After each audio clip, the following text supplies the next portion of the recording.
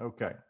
So let's start with this. You know what's really kind of unfair is I gave you this yesterday and I didn't really take the chance to illustrate a good elevator pitch. So an elevator pitch is sort of by definition short. And whether maybe if you're in New York City, your length might be a little bit longer than if you're in Austin. But in terms of how long your elevator ride is, you typically have about 60 seconds to gather their attention, get them on the hook, and then set up another meeting, right?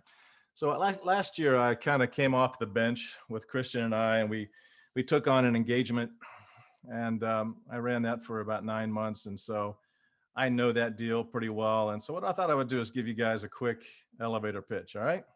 All right. So here it goes. Imagine a world where you could watch like pro sports, but also engage in the event at home. Imagine having the ability to play along, predict outcomes, and be rewarded by your engagement by sponsors and connect with other crazy fans. That'd be fun, right? We have over 150 pro sports teams currently as clients, from the US to Japanese baseball to Australian rugby. Traditionally, we've run the big board events, at the stadium, and engaged fans with about 40 different kinds of short form games that produce excitement and prizing and just fan expression. Entered COVID last year, and we we brought that big board stadium experience to the couch and are providing a whole new revenue stream for pro teams. Our first soccer game last July, we averaged over an hour of fan engagement on the mobile phones, providing massive fan data on interactive behavior and preferences. And large sponsors like Bridgestone paid us $50,000 for the golf Masters tournament last year, and really to play along, for fans to play along with Tiger Woods and DeChambeau, predicting outcomes on each hole, and for a chance to win $1 million. So you can imagine strong engagement. We're gamifying and extending the reach from stadium to the couch and changing the game for sponsor-funded fan engagement. Last year, during the crazy time with COVID, no fans in the stands, we raised $2 million of investment capital. And now with the return to sports, we're expanding that offering and raising $3 million from a select group of angels. What do you think? We'd love to have you be involved. Interested? Yeah, well, let's talk about and let's set up a meeting next week, and I'll give you the broader pitch, and you can have more time to ask the questions, right? All right, so that's basically kind of an example of an elevator pitch that's basically short form, right? And some level effective, but I think that your mileage will kind of vary. Let's jump right into the funding wheel, 12 dimensions. Before I do that, is there anybody want to jump in and comment on the how many of you guys are engaged or enrolled or would like to learn more about the platform we built for pro sports? I have to pull you up here so I can see some hands of fans here. All right, one more time. If you're interested, raise your hand. I know you guys are going to be nice. Everybody's going to raise their hand. Henry's bailing out. So anyway. How many Boston teams do you have on there? What's that? Do you have any Boston teams on there? You got the Red Sox, Patriots, anything like that? We have both of them. What about the Celtics? And the Celtics. Boom, I'm in. Yeah. Imagine, now you can engage, just have that stadium experience at home and make money doing it. So, and support your team, which is kind of fun. All right. So what we want to do today is talk a little bit about the 12 dimensions of this thing I'm calling the funding wheel. We developed this. It's really kind of a 12-dimensional view of your gig. All right. So if you guys have any questions, feel free to stop and interrupt me. Today we'll do some short form questions. If there are longer form questions, let's save them to the end. Okay. So this is what we have here is really 4 quadrants, and we start with, the idea is to go around the wheel. And so the first thing is, let's help us understand your play, right? We want to know, and the play is really a function of the market that you're playing in, the product market fit, and what is your go-to-market plan, right? And then you want to tell us about your team, and what is it about your team, the experience or the dynamics or the leadership of the team. And that builds authority, right? That connects your credibility to the opportunity. And then usually I move around to story, like which has to do with really, more about the value proposition, what kind of real key needs that are you addressing in the marketplace. And clearly in this, you're addressing your branding, how well you tell the story. I've seen so many technology startup pitches that have like nothing but text on the slide all over the place. It's really hard to consume, as an investor. You want to have clean, easy, readable sort of slides, right? Funding, and the last thing is really kind of, let's talk about your traction. Let's talk about how many customers you have, talk about what kinds of gross margins and net margins that you have, what are your forward looking projections, and what's it cost you to scale the business, right? So that's a real quick high level uh, you know overview of the funding wheel, right? So the key here is that you want to be able to kind of make sure that you're hitting all of these points, or that you have a good prepared response into these areas. Doesn't mean you have to have a slide for every dynamic here, but you do have to address all of these issues, or at least these are the issues that investors are listening for. So you want to speak into an investor's listening. Okay. So we're going to cover each of these just quickly, but I'm going to take a little diversion here after this one. So just to break it up a little bit. So one of the key things here is the size of the market, or the growth of the market. But even more importantly, I like to start with the needs. What are the needs that you're addressing? So for example, in my pro sports example, the issue for us was we had no fans in the stands. Our customers had a real need to engage their audience in some virtual experience, right? COVID changed the game. It went from baseball season last year, literally preparing for, crazy number of games with a large number of teams, to having no fans in the stands and zero revenue. Well, the teams were struggling. They had no idea, how to generate sponsor revenue, because everything was tied to ticket sales. So we extended that reach into the couch. And instead of having 50,000 people in the stadium, now you can have 500,000 people on the couch. So if you're able to extend that experience, it's a strong value proposition. So that need, let's look to the left over here. From a pain level, how important are the needs you're addressing, right? Is that a vitamin or an antibiotic relative to last year's COVID experience with pro sports teams? I would argue that it was an antibiotic, because it wasn't like a nice to have. These guys were laying off people on a weekly basis, deeper and deeper cuts, and they were scrambling to figure out how to generate the revenues that they're used to. So when you have $1 billion sports teams, and they actually, you know, their budget goes to zero, I mean, their revenue goes to zero from one month to the next, it was panic, and all hands were on deck, and they were looking for guidance and partners to help them improve the deal. So here's the deal. So if you can find, and if your gig, you have to be really clear about whether your gig is a vitamin or whether it's an antibiotic. And if it's a vitamin, it can still work. You just may have to look at a broader set of needs, and we'll talk about that. But if you're an antibiotic, all you need is one thing. You need penicillin, right? You've got a bug that you've got to clean out, and that bug is killing you. So that's actually very useful. All right. I've got a raised hand here. Michael, go ahead. Quick question. I get the difference between a vitamin and antibiotic, good example. And I realize things lean one way or the other, but to what extent do you, in your experience, can your spin, the way you sell and tell the story, move something potentially from what is truly more of a vitamin to appearing more like a need than a want? So is your question on the spin factor, or your ability to tell the story, or whether the actual need is a vitamin or antibiotic? Well, let's argue, let's accept the argument that in some cases it's not super obvious. Some could argue that it's a vitamin, some could argue, in other words, how much, it's sort of a subjective wheel there, or spectrum, I think. Sometimes it's really obvious, but sometimes, more often than not, it's probably not as obvious. And so to what extent, in your experience, has your ability to spin it and position it influence that and move that needle? Or really, do you believe it's more just black and white? It's really one or the other, and spin doesn't play much of a role? Yeah, this is a really good question, and you're a good straight man for where we're going. Okay. Um, the net is, all of it is going to come down to the credibility of the team and the clarity of the message. So, for example, and the third thing is whether you can demonstrate that the need is an antibiotic rather than a vitamin.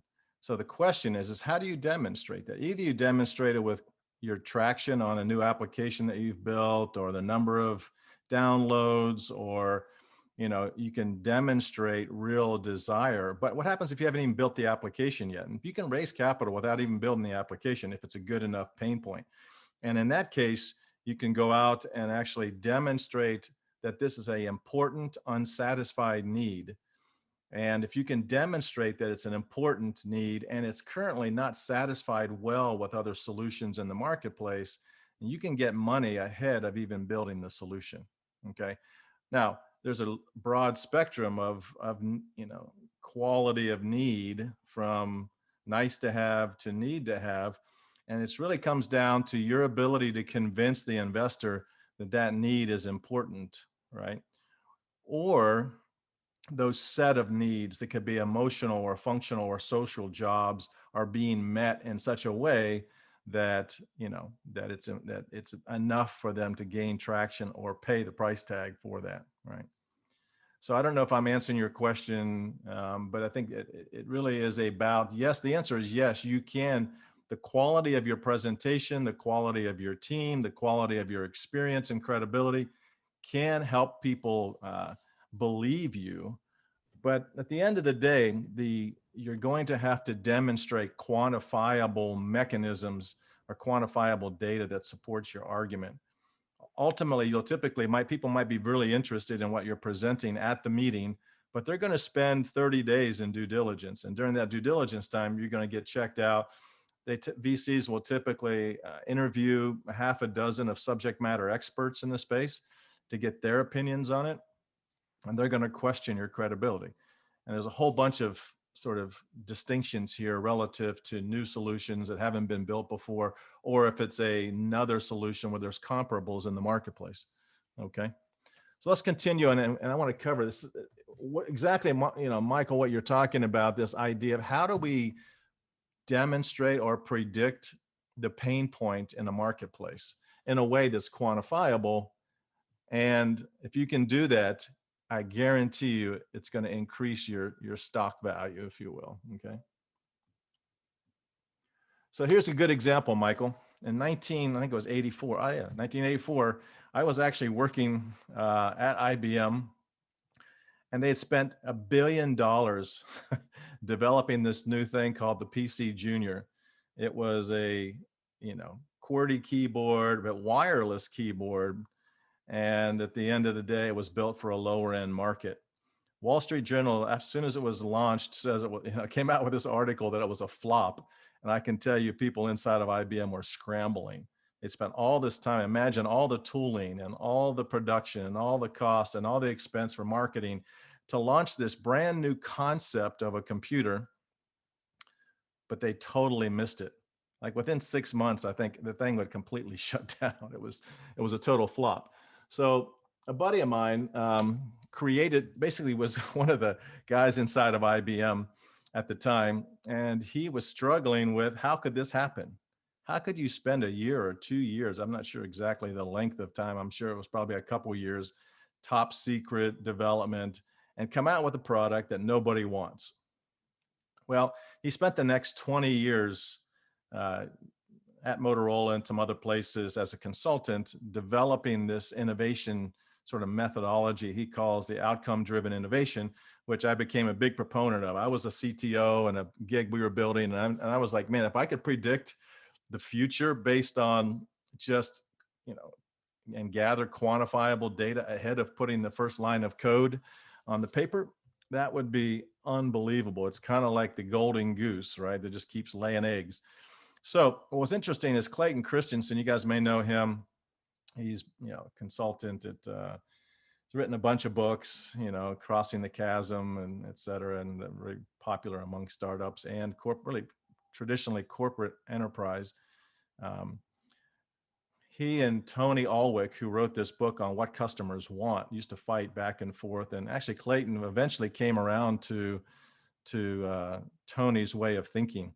Tony Alwick wrote this book, and this on the right is the track study or a track record of corporate innovation methodologies. So the average was about 17%, which means out of 100 projects that were new innovative projects in corporate America, only 17% of them were successful. This was over a 10-year study. This guy was able to move the needle from 17% to 86%. So I drank the Kool-Aid. I called him up. I'm like, Tony, I need to get to know you. He flew to New York. We had a love fest, and I became a consultant with him. The challenge in this methodology, though, is it's really built for corporate large enterprises. And so it's expensive, the exhaustive approach that he takes. And so what we've done is kind of brought it downstream a little bit to where, startups could actually kind of hack this approach and make it more usable. It starts out with this concept. Most people start out with ideas first. Hey, I have a great idea. I could take this network system and combine it with this application. And I think people would like it, right? And so you throw it against the wall or you develop it and determine whether or not the needs are there, whether people actually like it or not. And then you go back and iterate. The whole idea of failing fast, right, is a very common thing that people do, if you will. I'm going to argue failing fast is good as a fine cut. It's better to have a rough cut on your product plan and on your architecture. Before you build a house, you should at least be able to understand what you're trying to build. Then you can iterate on the window selection, for example, right? And so his approach turned it upside down and said, instead of ideas first, let's look at the needs in the marketplace and try to quantify the needs. And then if we understand the targets for innovation, we can think about new ways and new ideas to solve those problems, okay? I'm assuming this makes sense. So for example, one of the things that he really focused on was identifying opportunity, he called needs, and then creating metrics to prioritize the need, whether one need is better or higher or stronger than another need. And he also created this language that he said, basically the thing that the unit of measurement that's actually stable when you're trying to innovate in a market is the job that you're trying to get done. So when people buy a drill, they don't want a drill, they really want a hole, right? And so what's interesting is the job of drilling a hole informs the kind of tool, right, that's being used for that job. Or, and we'll illustrate this in an example, but one of the ways that we do this and is sort of look at all the jobs that you're trying to do in a space to perfectly get the outcomes that you want. So for example, in this Excite deal that I was working on last year, the job of engaging fans was one job. The job of engaging fans remotely was another job.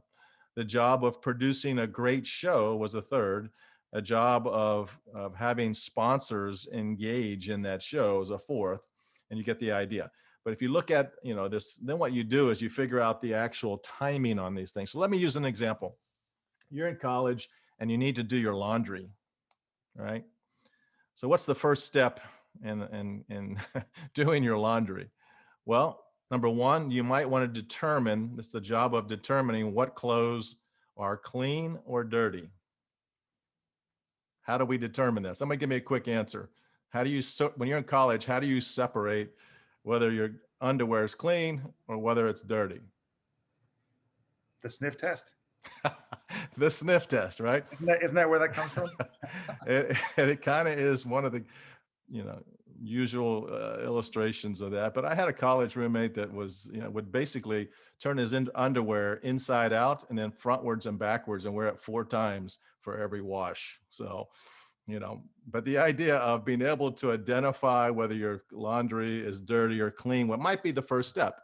Step 2 might be, where am I going to do the laundry? Determining where, is there a laundromat? Is there a place in my building? Step 3 might be, where do I find this soap and detergent, right? Step 4 might be, how do I combine soap and water and do it in a way to not screw up my clothes, right? Not look like tie-dyed white t-shirts. And step 4 might be, how do I, separate, or how do I fold my laundry or whatever? And so at the end of the day, you can perfectly describe what you're trying to accomplish in a job map. And then you can look at what are the key steps in each of those jobs that actually make it interesting and are perfectly done. So basically what you do then is once you understand the job map, you can get a few people in a room and you can ask them, here's one of the jobs, and he has very specific job language, the job of minimizing the time it takes to get the songs in the desired order. This idea of, what you really want to do is create a quantifiable, set of data that represents your assertions, right? So here's an example in the job of listening to music, right, or enjoying music. And one of those is minimize the time it takes to get the songs in the desired order, right? And you could ask people, how important is it to you that you can get your songs in the proper order? And you might say not at all, or you might say somewhat important, right? And then you might say extremely important. So different people will say different things. The same question is, how satisfied are you currently to get the songs in the desired order? Well, in the old days, back in the 50s or 60s, you might have had a big vinyl collection that might have been spanned the entire wall. And in that vinyl collection, it might have been difficult to find the actual music unless you were A&O and had it in some kind of directory, right, where you could find the location of the song, right? But today, that same job of listening and organizing music is much easier and much better solved, right? In the sense that currently, I'm pretty satisfied with my ability to search Spotify and find the song that I'm looking for. So, this platform, would it make sense for me to try to compete against Spotify in this job of trying to just organize music? Probably not. It may be very important, for example, but it may be already satisfied. But at the end of the day, you're gathering data from, usually 100 people and trying to deduce, and we create this kind of what's important and unsatisfied. Here's kind of what we call the opportunity landscape, which is all about this idea. And I can tell you, this is gold, guys. And if this is stuff that, investors love, if you can quantify the needs that you're targeting and provide that landscape relative to what all the other needs are. And so the idea is that you plot these job points that are as a function of how important and how satisfied are they. And you can actually say, let me just focus, let me look at these plots down here that show an extreme opportunity, which means it's highly important and really unsatisfied, right? I think you guys would argue that an underserved space is actually a good space to consider how do we solve that problem, right? Well, there's another thing you can use. This whole idea of, an overused term in startup world is something's ripe for disruption, or we're a disruptive this, or we're a disruptive that. Actually, the context of that goes way back, and really the context that this was used in was memory devices. And the idea was you could, there's another opportunity or a strategy for innovation. Maybe they're not the most important unsatisfied needs. Maybe they're actually already satisfied, but maybe they're too expensive. Okay. So here's an example of where you could actually go after a space, and instead of trying to be a better widget, you might want to produce it at 1/13 of the cost. So I did this essentially in the space when we were rolling up. I saw an opportunity for shipping vessels around the world to have broadband services. They mostly had narrowband or dial-up, you can think of it, connectivity on their vessel. But if you had broadband on the shipping vessels, you could do everything from telemedicine when sailors get sick, and you could provide a variety of connectivity for those sailors to talk to their family while they're 3 months circumnavigating the globe. And so the challenge of broadband was you had to basically pre-buy capacity on 13 satellites to provide the entire global coverage for a ship that circumnavigates the globe. So at the end of the day, it's a very expensive proposition. What we do, I recognized an opportunity to leverage some technology to, instead of pre-buy all that capacity, we could just use that capacity while that shipping vessel was in that region of the world. And as soon as it moved to the next region, we would release that bandwidth and dynamically allocate it to a new bird. So we were able to change the game. We weren't doing anything new. There was already broadband services, but our entry price was a little 1/13 the cost of our closest competitor. That's an example of a disruptive force, that really comes through price disruption. Down here, there's no such thing as disrupting something that's not well served. I mean, that's just a new innovative solution. But the net is this gives us a language by which we can look at markets, we can look at products, and we can look at product market fit. Okay. So if you have any questions, you can hold those for the end. This should make some of this stuff a little bit more clear. This is a real life example of a hand power saw. When you think about it, how many of you think that hand power saw would be a good place to innovate? I mean, create a whole new game and something that's been around for a long time. Most people, you wouldn't. But Bosch did this study, which the solution became one of Popular Science best, I think it was best of the decade kind of showcase. And so ultimately, what we did is we did the opportunity landscape, determined the highest opportunity score, which is really a function of importance plus this, it's basically a calculation at the intersection of these two things. And the higher, the better. So one of the highest here was we want the job of minimizing the likelihood of snagging the cord on the material. What happens typically when you're using a hand power saw is typically what do? You take the extension cord, right? And you plug it into the power cord in the saw. And what do? You tie it in a knot, right? So that you don't, while you're out somewhere sawing, you're not going to lose the connection. And so instead, and that knot invariably gets caught on corners and on anything that's sticking out, right? If it will get caught or it can get caught, it will get caught. So here's an example of, instead of doing that, they just said, why don't we eliminate the actual power cord and plug the extension cord right into the saw and provide a little coupler so that it doesn't pull out. Well, you wouldn't really think about that unless you saw this target need as an important unsatisfied need to minimize the snagging, and when you snag, it pulls the actual saw right or left. And if you're cutting these long plywood, it can ruin the entire piece, right? So another example of this is a really big one here, 13.5, minimize the likelihood of inadvertently moving off the cut path. So here's an example. What are you doing? You're cutting with a saw, right, on a big long piece of plywood, and you're getting all this sawdust in the front of it. You can't see your chalk line you may have, strapped onto the board. So at the end of the day, it's really hard to see that line because the sawdust gets in the way. Well, if you recognize that what you're trying to do is minimize that sawdust path, if you will, then what they decided to do is have the fan blow the air out of the front of the blade instead of the bottom of the blade, right? So then it would just blow the actual sawdust out of the way so you could see the cut line, okay?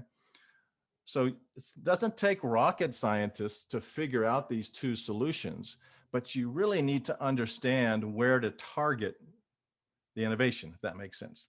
Where do you target your ideation? It's really nice if you can target the biggest pain points in the marketplace. So we did this. So let me show you as an example. We did this for a project where we hacked the solution, which could be a $200,000 to $2 million engagement from Microsoft. We did it with IBM. But this is a much lesser, quicker, rough cut approach that we did. And this was really in the space of, there's two things you want to consider when you're looking at this. You want to look at what is the market that you're playing in, what's the demographic, and then what are the jobs that you're trying to get done. In this particular case, it was this group that was trying to provide a learning experience on the mobile phone or in an online environment. So what the job was really one of effectively supporting the online learning process on a mobile phone, okay? So what we did this, we identified the needs, and then we had people do a survey. But here's one of the cool things about this is how people respond to the survey is going to be different based on who they are. If you don't think there's a difference between millennials and the entire population when it comes to group learning, you would be wrong, okay? So here's an example of the opportunity scores and some of the I just took the top 5 needs as a function of the opportunity score. How important is it to be able to work offline, i.e. move content to a personal device to read, take notes, upload later? So this idea of asynchronous working, right, was a huge opportunity. It's not well solved today, even on Facebook and other things, right? The opportunity is number two would be how important it is to minimize the effort at scheduling meetings. That's a little bit easier these days. But look at the millennials the top opportunity was mentoring, coaching, and guidance. They wanted to learn from others. And so the ability not just to collaborate, but to learn from experts. Another one was how important is it to communicate how I'm feeling, the difficulty with the topic, the level of engagement. So millennials much care a lot more about how you're doing across the table, and their peer-to-peer considerations were higher than the average. So one of the powerful constructs in this methodology is allows you to segment the market. You may find hidden segments, and those segments are identified through their responses in the questionnaire process. Okay, so there's a whole bunch of data analysis, really cool play here for helping, dissect, for example, the the interests of fans. So for example, in the Excite thing I was talking about with pro sports, Boston fans may have been really different than Atlanta, Georgia fans. And I would tell you they probably are in general, right? California is very different in LA than it is Boston. And you can look at what jobs are common and what jobs are not. I say all this to say this is a pretty cool, like really secret sauce for identifying key needs in the marketplace and being able to quantify them relative to your investment pitch and telling investors that, is this a pain point that's actually, you can illustrate this pain point as a vitamin, or you can illustrate this pain point as a antibiotic, and both of those can still be played. You may choose, if it's only a vitamin, to be a cheaper, better vitamin. And if it's an antibiotic, then you might be able to apply that antibiotic in different spaces that, if it's already satisfied in one space. All right, all that to say, that's kind of what you're looking at is how do you validate that your play is actually meaningful and that people want it? All right, that's quadrant number one. Quadrant number two, I'm not going to go through quickly because Christian's going to cover a lot of this in his sessions, but the idea of your team capability, your team breadth of experience, the team domain expertise, the dynamics of the culture itself, and ultimately the grit and or humility, some of the personal characteristics of the leadership team. These are all things that you want to consider. So when you first build your management team, classically, you have somebody maybe who has a domain experience. You might have a strategic person, you might have an ops person, you might have a finance person. If you're that one person trying to do all four of those things, it's challenging. Going back to our 18 reasons why startups fail, this is a good example of why single founder gigs are hard, because it doesn't mean you're going to fail completely, but you have to look at balancing areas you don't know. Sales, you may have never sold anything in your life, right? You might not be a product guy. You may have no idea. If it's a manufacturing widget and you never built something in Mexico and had it, shipped here, or whatever you're doing, it all requires expertise. And so one of the things that we do is help people with advisors. We try to leverage our network to find somebody who's a really great strategy person if you need to hire them, or a really good consumer product, good manufacturing expert. Or at least if you're doing this, find somebody who's an expert. And you can sometimes leverage your advisory board, which we can talk about later on Thursday. But at the end of the day, you want to find somebody who has that expertise and have them help you hire that person. Because no matter how smart you are, classically, you're not going to know what you don't know. Okay. If we don't know what we don't know, then it's sort of a crapshoot in terms of our likely or odds of actually being successful in hiring somebody. The second thing around team is a lot to do with the management culture. And this is something Christian's going to touch on or a lot more detail, is the idea of, what kind of culture are you building? Is it one of transparency or hiddenness, or is there a meritocracy? Do you support the idea of reward, right? A merit? Is there alignment? Do you have safe boundaries? Interesting study that Google did that spent a lot of money on. It's called Project Aristotle, to study the hundreds of Google teams and figure out why some teams outperformed others. And Really interesting. Psychological safety was one of the things that was most critical to making a team work. But it's important for you as a culture to understand, be intentional, and manage your culture. And Christian will hit a lot of that later. So I'm going to just fly through basically the last part because we're going to spend a lot of time on Thursday. Here's the story. Christian's going to spend time, a whole session on story building. And here we just talk about, for example, I look at this storyline. Does it affect your emotional or social or functional needs, right? How clear is the branding? How clear and how well is it designed? There are all these subconscious substrates that we love. Like people love Apple products. Why? They're beautiful, right? And there's a value to that. Okay. So the last thing we'll talk about is this readiness, valuation, and traction. Some of this is somewhat self-evident. I have a spreadsheet that goes through and describes each of these features, if you will. But have you modeled your gig, right? Is your pitch ready? Do you have a reasonable valuation? you know, does your pitch have and does your gig have scale and opportunity for impact, right, in the market? And ultimately, the traction that you've gotten so far in your sales, and whether your model actually has a lot of gross margin built into it, or is it really thin margins? And ultimately, are you getting any traction? Do you have any access to investors? Like as an investor, if you, or as a gig, as a founder, if you don't have access to people who know people to get to raise capital, it doesn't matter how good your wheel is and how good your pitch is if you don't have access to these people, right? And then you have to work a little bit harder. It's still doable, and we'll talk about that on Thursday. All right.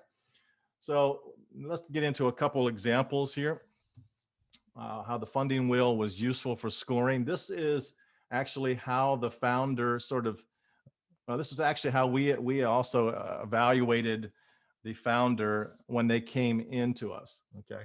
On a scale of 1 to 7, this guy felt pretty good about his domain experience. Felt this is an advanced consumer health service. So let me give you a background. These guys were doctors, and they were doing some really advanced, health services and coaching to live forever, basically, right? So all of us trying to feel and be our very best.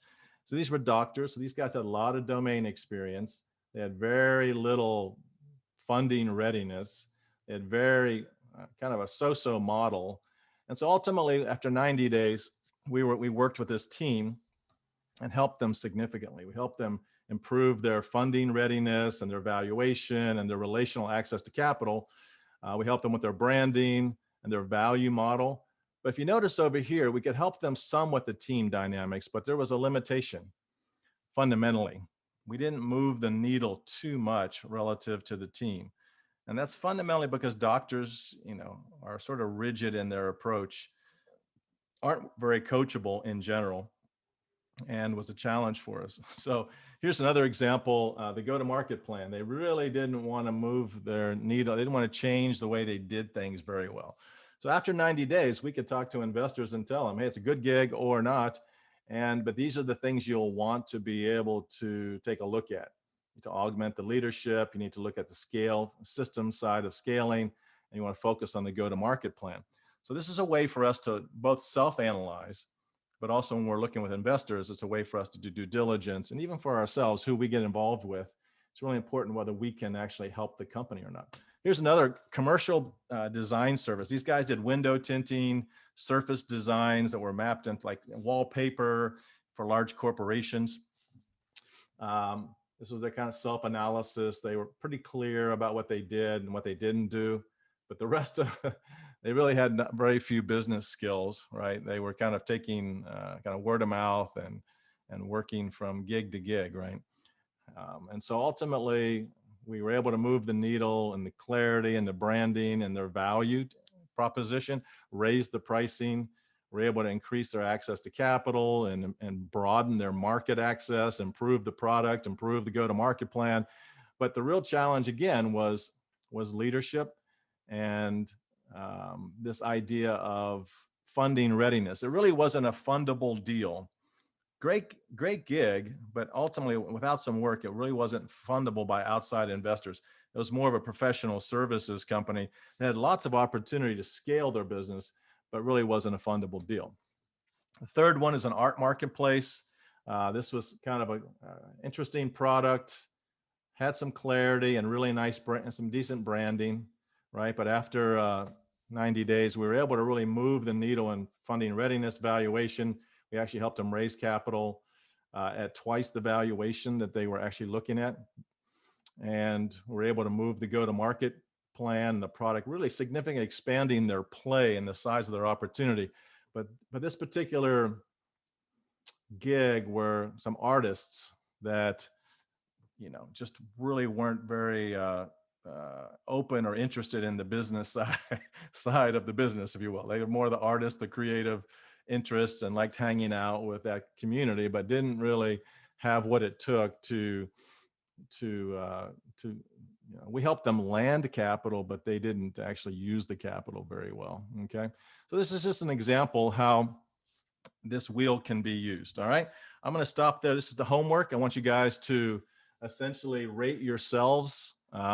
Sunday night, if we meet our goal of 30 people, I'm going to give you guys a bunch of tools. But in the meantime, why don't you guys just use paper? You can create your own spider chart if you want, and you can do it in Excel. It's really easy. Just use a spider chart and put your 12 dimensions and put a number in, and then just plot it for yourself if you want. But what I encourage you guys to do is not just to self-evaluate, but also to find a friend. It could be inside or outside the class. Could be both. And look at what does two different investors or whatever, two different outside reads look like on your pitch.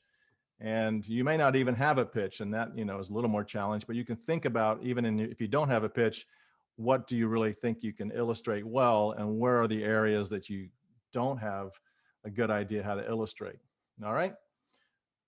So what we're going to do now is we have a few minutes for questions and answers, and we're going to give somebody an opportunity to pitch if they want their gig. But I'm going to go ahead and stop the recording here.